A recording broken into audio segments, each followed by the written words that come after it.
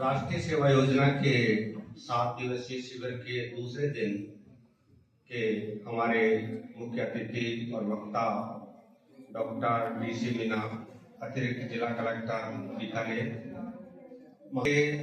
राष्ट्रीय सेवा योजना के कार्यक्रम अधिकारी, महाविद्यालय के प्रोफेसर, हमारे साथी और आप सभी स्वयंसेवक। हमने आपसे पहले दिन कहा कि हम कुछ ऐसी चीजें आपको बताएंगे या कुछ इस तरह की इंस्ट्रक्शन कराएंगे जो आपके आने वाले भविष्य में आपको काम आएंगे। और मैंने कल भी बोला था ये बात कि भाई 5000 बच्चे हैं, और उस सर ने भी आप दोबारा रिपीट की है कि उनमें से कुछ बच्चे हैं जिन्होंने NSS को चुना है, तो इसके फायदे आपको धीरे धीरे मालूम होगा। जैसे हम कोई दवाई लेते हैं तो दवाई का असर पचों में पड़ता है, दवाई लेने के बाद असर आता है। ऐसे ही ये चीजों का धीरे धीरे आपको NSS लेने का असर आएगा, क्योंकि हमको प्रेरणा कहीं से मिल जाए पता नहीं, ये पता नहीं हमको प्रेरणा कहां से मिल जाए और किस समय मिल जाए। जब मैं ज्यादा बोलूंगा नहीं अभी, क्योंकि आपकी काफी देर हो गई। मैं जब पहली बार मैं फर्स्ट ईयर में बाबू सोबाराम कॉलेज में गया तो मेरे माँ बाप तो अनपढ़ थे, उन्होंने मेरा एडमिशन करा दिया अनवर में।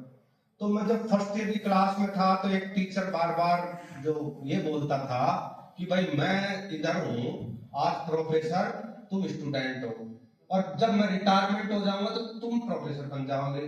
तो मैं कई दिन तक तो यही बात सोचता रहा कि यार मैं ये सर कैसे बोल रहे हैं ऐसे, जैसे सर बोल रहे थे कई बातें जो आपको ऐसे लग रहा है कि ये नहीं हो सकती, तो ऐसे ही मेरे को लगा कि यार ये कैसे हो सकता है जब सर ऐसे बोल रहे हैं कि आप प्रोफेसर बन जाओगे। क्यों मेरे को ऐसा क्यों लगता था?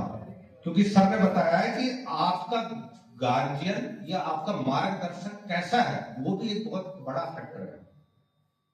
तो मेरे पिताजी अनपढ़ थे तो मेरे को ले जाते थे, मैं गांव में जाता था तो मास्टर के पास ले जाते थे कि नौकरी लगवानी है, मैं तो मजदूरी करता हूँ, खर्चा आता नहीं है। तो मेरे को बताते हैं कि भाई ऐसे करो, 4th क्लास की जगह निकली है, वो बाबू की जगह निकली है, वो निकली है। तो मैं भरता था फार्म, तो हमारा काका बोलता था यार अपने पास पैसे तो है नहीं, अब तो कैसे पढ़ाएंगे, नौकरी तो कर दे, फॉर्म दे। वो तो अनपढ़ था। तो मैं 1994 में नौकरी लग गया बाबूगिरी की 94 में, और मेरी नौकरी लगी डूंगरपुर।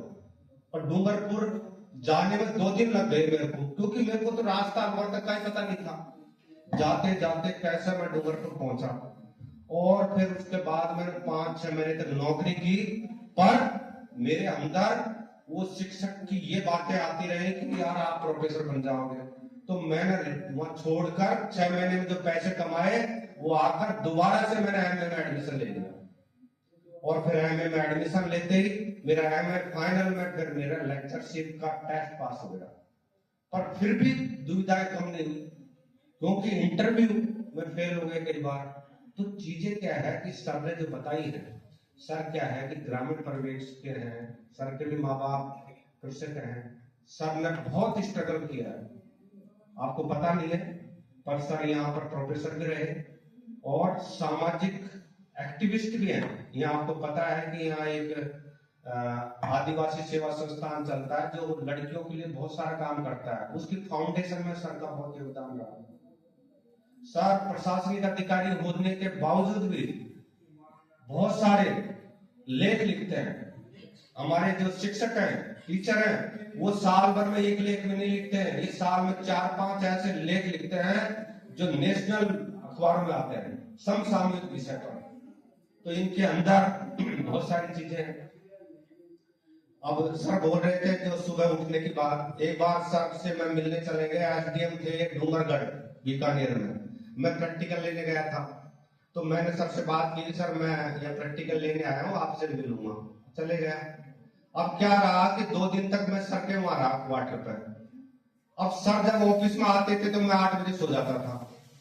जब मैं सुबह 4-5 बजे वहां घूम लेता, सर 10 बजे उठते थे। 2 दिन मैं मिल नहीं पाया सर से, इनके क्वार्टर पे नहीं मिल पाया, क्योंकि जब ये सोते थे मैं उठता था। फिर मैंने लास्ट दिन इनको ऑफिस में जाके मुलाकात की। तो कहने का मतलब है कि आपके तौर तरीके किसी भी तरह के हो लाइफ के, पर आपको आगे बढ़ना है। मैंने कल भी उदाहरण दिया था उसेन बोल्ट का। उसने कहा था कि भाई प्रतिद्वंदी से यदि आपको जीतना है, यदि वो 2 बजे उठता है तो आपको 12 बजे उठना पड़ेगा, वो 6 बजे उठता है तो आपको 4 बजे उठना पड़ेगा, तब जाके आप जो आपके अंदर इच्छाएं हैं वो पूरी हो सकती है। अब इसका फायदा मेरे को क्या हुआ कि मैं जो मेरे साथी हैं, मेरे साथ नौकरी लगे थे, उनसे पहले मैंने मकान बना लिए, मेरे गांव बना लिया, राजगढ़ में बना लिया, अलवर में बना लिया। मेरे 4-5 फैमिली मेंबर में मेरे वजह से नौकरी लग गई। क्यों? क्योंकि मैं 4 बजे उठता हूं तो उसका फायदा उनको मिला। अब कई बार ऐसा होता है ना, सर बोल रहे थे कि आप टाइप सीखने जाते थे, उसका भी फायदा क्या हुआ कि जब मैंने पीएचडी की तो मैंने पूछा दुकानदार से कितना रुपए लगेगा इसका टाइप करने का। बोले भाई 10-20-30 हजार रुपए लगेगा जब तुम टाइप करेंगे। तो मैंने क्या किया कि पर डे में जो भी चीजें मैं रिसर्च में लिखता था तो मैं टाइप करता था। तो 6 महीने में मैंने खुद नहीं तैयार कर ली, लिख लिखा के। और मेरे को कई बार रात में भी याद आता था तो मैं उठ के फिर टाइप कर देता था, क्योंकि चीजें रिसर्च में कई चीजें ऐसी होती है कि आपको अचानक याद आ गई। अब या तो उसको नोट करो, नहीं भूल जाओगे सुबह तक। तो मैं तुरंत उसको वो करता था। तो जब मेरी रिसर्च अवार्ड हुई तो ऐसा टॉपिक था जो साइंस का था, वो बहुत ही अच्छा था। वो कभी मौका आएगा तो आपको उसका भी मैं बता दूंगा, तो प्रेजेंट कर दूंगा। तो कहने का मतलब है कि आपका जो समय है ये जाया नहीं जाएगा।